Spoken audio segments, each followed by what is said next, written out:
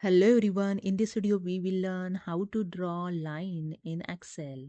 So let's start this in my Excel, and here you can see I already draw some lines, dotted line, dash line and straight line.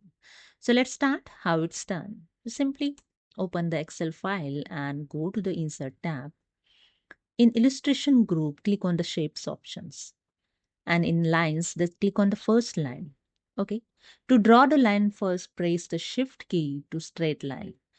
Press the Shift key and drag with the mouse and draw your straight line.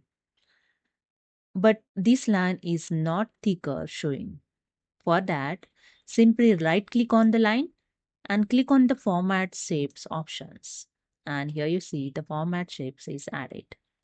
So in line options, here in width option, increase the thickness. So I just edit here the thickness 0.525 pt. You can see the changes of thickness in line. Okay. And you can change the color of line also. Just click on the colors options and select a different color also. Okay. For your dash line, so you just click on the dash type, just click on the drop down arrow and select the dash line here. You can see dash line.